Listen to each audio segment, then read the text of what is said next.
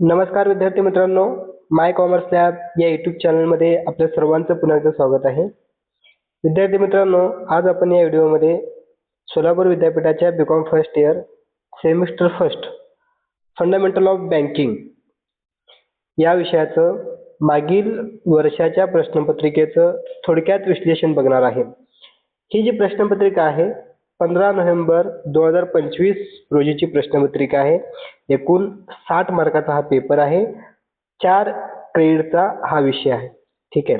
तर ही प्रश्नपत्रिका आपण आजच्या व्हिडिओमध्ये थोडक्यात त्याचं विश्लेषण बघणार आहे. मित्रांनो, मागील वर्षाच्या प्रश्नपत्रिकेचा अभ्यास करणं का महत्त्वाचं आहे थोडक्यात सांगतो बघा.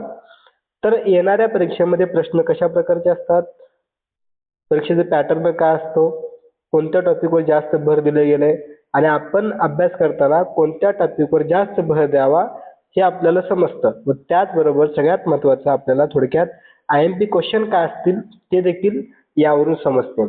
तर त्यासाठी आपण मागील वर्षाच्या प्रश्नपत्रिकेचं अगदी थोडक्यात विश्लेषण बघणार आहे. बघा, प्रश्न पहिला अ, रिकाम्या जागा भरा. 8 मार्काचा हा प्रश्न आहे. एकूण 8 प्रश्न असणार आहेत. तर एका मार्काला एक प्रश्न, असे एकूण 8 मार्क हा पहिला प्रश्न आहे. तर बघा, RBIची स्थापना कोणत्या वर्षी झाली, रिझर्व्ह बँक ऑफ इंडियाची स्थापना कोणत्या वर्षी झाली असा प्रश्न विचारला. तर ऑप्शन बघूयात अगोदर 1935, 1945, 1990 आणि यापैकी नाही. तर विद्यार्थी मित्रांनो, रिझर्व्ह बँक ऑफ इंडियाची स्थापना जी आहे ते 1 एप्रिल 1935 रोजी झालेली आहे. कधी? 1 एप्रिल 1935. ठीक आहे. तर रिझर्व्ह बँक ऑफ इंडियाचा ऍक्ट आहे. ऍक्ट कधीचा आहे तो? 1934चा. म्हणजे 1934च्या ऍक्ट नुसार रिझर्व्ह बँक ऑफ इंडियाची स्थापना झाली 1 एप्रिल 1935 रोजी. ठीक आहे. आणि त्याचं जे मुख्यालय आहे, RBIचं मुख्यालय मुंबई या ठिकाणी आहे. हे पण लक्षात ठेवा. रिझर्व्ह बँक ऑफ इंडियाचं मुख्यालय मुंबई या ठिकाणी आहे. स्थापना 1935 आणि जर कायदा विचारला असेल तर 1934. पुढे बघा, दुसरा प्रश्न. इम्पेरियल बँकेचे टिंबटिंब या बँकेत रूपांतर झाले. Bank of India, bank of Baroda, state bank of India यापैकी नाही. मित्रांनो, इम्पेरियल बँक म्हणजे आताचं SBI, state bank of India. ठीक आहे. म्हणजे इम्पेरियल बँकेचं रूपांतरण हे स्टेट बँक ऑफ इंडिया या बँकेत झालेलं आहे. कधी? 1 जुलै 1955 मध्ये. कधी झालंय? 1 जुलै 1955 मध्ये स्टेट बँक ऑफ इंडिया यामध्ये रूपांतरण झालेलं आहे. त्यावेळी इम्पेरियल बँकेचं राष्ट्रीयकरण करून तिचे नाव स्टेट बँक ऑफ इंडिया ठेवण्यात आलेलं आहे. ठीक आहे. तर बघा, ह्या प्रश्नाचं उत्तर आहे ऑप्शन क्रमांक C, state bank of India. पुढे तिसरा प्रश्न आहे. ठेवी स्वीकारणे टिंबटिंब बँकेचे कार्य प्राथमिक, माध्यमिक, इतर आणि यापैकी नाही. ठेवी स्वीकारणे आणि गरजू लोकांना कर्ज देणे म्हणजे बघा, 2 महत्त्वाचे कार्य कोणकोणते? एक ठेवी स्वीकारणे आणि दुसरं कर्ज देणे. हे बँकेचे प्राथमिक कार्य आहे. ठीक आहे. ठेवी स्वीकारणे आणि कर्ज देणे हे बँकेचे प्राथमिक कार्य आहे. पुढे बघूया प्रश्न चौथा. ओव्हरड्राफ्ट ही सुविधा टिंबटिंब खात्यासाठी, प्रश्न परत वाचतो. ओव्हरड्राफ्ट सुविधा ही टिंबटिंब खात्यासाठी सुविधा आहे. बचत, चालू, वेळ ठेव आणि यापैकी नाही. तर ओव्हरड्राफ्ट म्हणजे त्याला आपण म्हणतो अधिकर्ष सवलत. ठीक आहे. आणि ही जी सवलत आहे, ही जी सुविधा आहे, फक्त चालू खातेधारकांना दिली जाते, म्हणजे करंट अकाउंटला दिली जाते. आता अधिकर्ष सवलत म्हणजे काय? की बँकेमध्ये असलेल्या रकमेपेक्षा जास्तीची रक्कम त्या ठिकाणी कर्ज म्हणून दिले जाते किंवा जास्तीची रक्कम त्यांना उचल त्या ठिकाणी घेता येते. म्हणजे समजा बँकेत 10,000 रुपये असतील अकाउंटवर आणि जर मला जर 50,000 पाहिजे असतील तर अशा वेळी चालू खातेधारकांना बँक ही सुविधा देते. म्हणजे 50,000 जर घेतले असतील, अकाउंटला किती आहेत? 10,000. ठीक आहे. आपल्या अकाउंटवर शिल्लक बॅलन्स किती आता? 10,000. आणि बँकेने जर समजा 50,000 दिला असेल तर याचा अर्थ डिफरन्स अमाऊंट जो आहे 40,000, त्या 40,000ला आपण काय म्हणतो? बँक ओव्हरड्राफ्ट म्हणजे अधिकर्ष सवलत. म्हणजे शिल्लक असलेल्या रकमेपेक्षा जास्तीची रक्कम सुविधा म्हणून दिली जाते. फक्त करंट अकाउंटला दिली जाते. आणि करंट अकाउंट कोणाचं असतं? जे व्यापारी व्यक्ती आहेत, व्यापारी लोक आहेत, त्या लोकांचं चालू खातं असतं. ठीक आहे. आणि सर्वसामान्य लोकांचं बचत खाते असते. पुढे बघा 5वा प्रश्न. टिंबटिंब भारतात बँक पद्धत वापरतात. शाखा पद्धत, सिंगल बँक पद्धत, आंतरराष्ट्रीय बँक पद्धत यापैकी नाही. तर आपल्या भारत देशामध्ये आपण शाखा पद्धत आपल्याला पाहायला मिळते. म्हणजे एक बँक आणि त्या बँकेच्या अनेक शाखा. आता उदाहरणार्थ बँक ऑफ इंडिया, बरोबर आहे. बँक ऑफ इंडियाचे आपल्याला सगळीकडे त्याची शाखा बघायला मिळतात. State bank of India, bank of Maharashtra. म्हणजे उदाहरणार्थ बँक ऑफ महाराष्ट्राचे मुख्यालय जे आहे ते कुठं आहे? पुणे या ठिकाणी आहे मुख्यालय. म्हणजे इतर सर्वीकडे त्याची शाखा आहेत. बँक ऑफ इंडियाचं मुख्यालय मुंबईला आहे. इतर सगळीकडे त्याची शाखा आहेत. म्हणजे अशा पद्धतीने शाखा पद्धत आपण आपल्या भारतामध्ये पाहतो. पुढे बघा 6वा प्रश्न आहे. टिंबटिंब ही भारतातील पहिली बँक आहे. एसबीआय, आरबीआय आणि हिंदुस्थान बँक यापैकी नाही. एसबीआय म्हणजे state bank of India, RBI म्हणजे तुम्हाला माहिती आहे रिझर्व्ह बँक ऑफ इंडिया. तर पहिली बँक कोणती आहे असं विचारलं आपल्याला. तर बघा हिंदुस्थान बँक ही आपल्या देशातील पहिली बँक आहे. कधी स्थापना झाली? 1770 मध्ये. कुठं? कोलकाता या ठिकाणी. बघा लक्षात ठेवा, खूप महत्वाचं आहे. हिंदुस्थान बँक ही आपल्या भारतातील पहिली बँक आहे. कधी स्थापना झाली? तर 1770 मध्ये. कुठं? तर कोलकाता या ठिकाणी. लक्षात ठेवा हे पण. पुढे एनईएफटीचे पूर्ण रूप टिंबटिंब आहे. म्हणजे काय? एनईएफटीचा आपल्याला फुल फॉर्म सांगायचं आहे. ठीक आहे.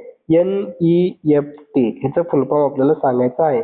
एनईएफटी म्हणजे नॅशनल इलेक्ट्रॉनिक फंड ट्रान्सफर. कधी सुरुवात झाली ही सुविधा? 2005 पासून. हे पण लक्षात ठेवा. 2005 पासून एनईएफटीची सुरुवात झालेली आहे आणि त्याचं फुल फॉर्म आहे नॅशनल इलेक्ट्रॉनिक फंड ट्रान्सफर. म्हणजे राष्ट्रीय इलेक्ट्रॉनिक निधी हस्तांतरण. ऑप्शन ए हे या प्रश्नाचं योग्य उत्तर आहे. पुढे बघूयात 8वा प्रश्न आहे. आरटीजीएस चे फुल फॉर्म. आता आरटीजीएस पूर्ण रूप विचारलं आपल्याला.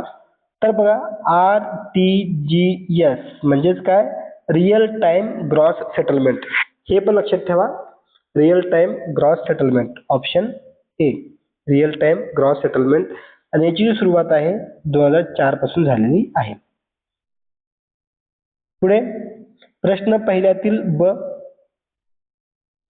खालील विधाने सत्य की असत्य सांगा. त्यामध्ये पहिला प्रश्न बघा आता. भारतीय रिझर्व्ह बँक भारतातील वित्तीय प्रणालीचे नियमन पर्यवेक्षण करण्याची जबाबदारी आहे. हे वाक्य बरोबर आहे. देशातील जेवढे काही बँका असतील, वित्तीय व्यवहार असतील, वित्तीय प्रणालीचे जेवढे काही नियमन आहे, नियंत्रण करण्याचं काम हे कोणाचं आहे? आपल्या देशाचं मध्यवर्ती बँक म्हणजे आरबीआय. आरबीआय ही आपल्या देशातील मध्यवर्ती बँक आहे आणि या बँकेच्या वतीनं देशातील सर्व बँकावर नियमन आणि नियंत्रण ठेवले जाते. ऑप्शन म्हणजे हे प्रश्न बरोबर आहे. पुढचं बघा.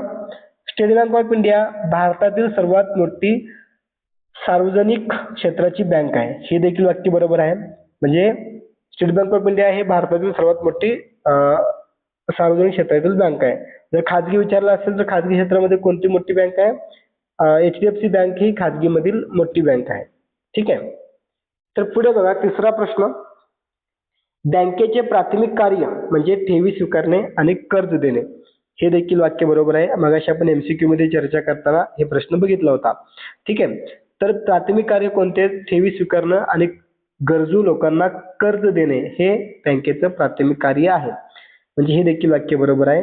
आणि 4था प्रश्न आहे. भारतातील पहिली बँक म्हणून बँक ऑफ हिंदुस्थानला मानले जाते, जी 1770 मध्ये स्थापन झालेली आहे. हे देखील वाक्य बरोबर आहे. मगाशी आपण एमसीक्यू मध्ये चर्चा करताना याविषयी चर्चा केलेली आहे. आता कधी कधी असं आपल्याला विचारू शकतात बघा कन्फ्युज करण्यासाठी. भारतातील पहिली बँक म्हणून बँक ऑफ हिंदुस्थान मानले जाते, जी 1890 मध्ये स्थापना झाली. म्हणजे हे चुकीचं आहे. 1890 म्हणलं की चुकीचं आहे. ते किती? 1770 हे बरोबर आहे. म्हणजे आपल्याला कन्फ्युज करण्यासाठी ह्या ठिकाणी वर्ष दुसरे देऊ शकतात. तर म्हणजे ह्या ठिकाणी बघा हे जे सर्व वाक्य आहेत चारीच्या चारी वाक्य बरोबर आहेत. पुढे दुसरा प्रश्न. खालील प्रश्नांची उत्तरे लिहा.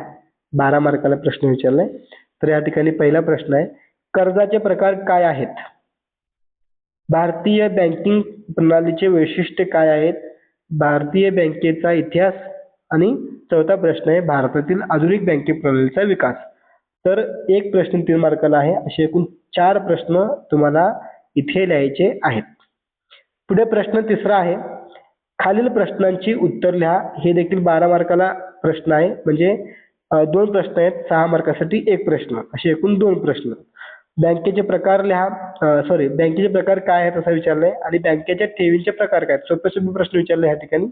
तर तुम्ही व्यवस्थित अभ्यास करून ह्या प्रश्नाचं उत्तर लिहिणं अपेक्षित आहे.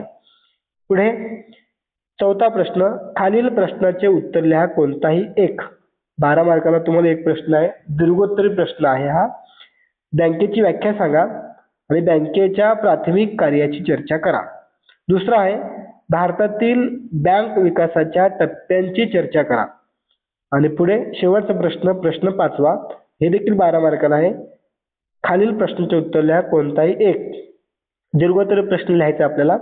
आरबीआयचे कार्य काय आहेत, किंवा भारतातील आर्थिक विकासासाठी बँकिंग प्रणालीचा रोल काय आहे हे आपल्याला विचारलंय. तर विद्यार्थी मित्रांनो, आपल्याला ज्या प्रश्नाचं उत्तर लिहिता येतं, जो प्रश्न आपल्याला सोपा वाटतो, दोन्हीपैकी आपण जास्त काय लिहू शकतो याचा अंदाज बांधून आपण त्या प्रश्नाचं उत्तर लिहिणं अपेक्षित आहे.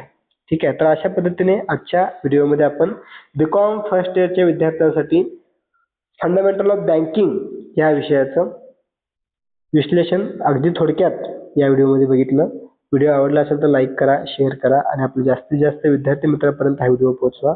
आणि मित्रांनो, तुम्ही जर या यूट्यूब चॅनलवर नवीन असाल आणि अजूनही सबस्क्राईब केला नसाल तर आपल्या चॅनलला सबस्क्राईब करा व त्याचबरोबर बेल आयकॉनला क्लिक करा, जेणेकरून येणाऱ्या व्हिडिओचे नोटिफिकेशन आपल्यापर्यंत पोहोचतील. आणि याची जर तुम्हाला PDF हवी असेल, क्वेश्चन पेपर हवा असेल, तर आपल्या माय कॉमर्स लॅब या टेलिग्राम चॅनलवर तुम्हाला हे PDF पाहायला मिळतील. तुम्ही त्या ठिकाणी जॉईन व्हा. त्याची लिंक मी तुम्हाला खाली डिस्क्रिप्शन बॉक्समध्ये दिलेली आहे. तिथूनही तुम्ही जॉईन होऊ शकता, किंवा तुम्ही डायरेक्ट टेलिग्राम चॅनलवर माय कॉमर्स लॅब असं सर्च करा, तिथूनही तुम्ही जॉईन होऊ शकता. ठीक आहे. चला तर मग आता आपण थांबूया. पुन्हा भेटूया पुढील व्हिडिओमध्ये. सर्वांचे मनपूर्वक धन्यवाद. थँक्यू.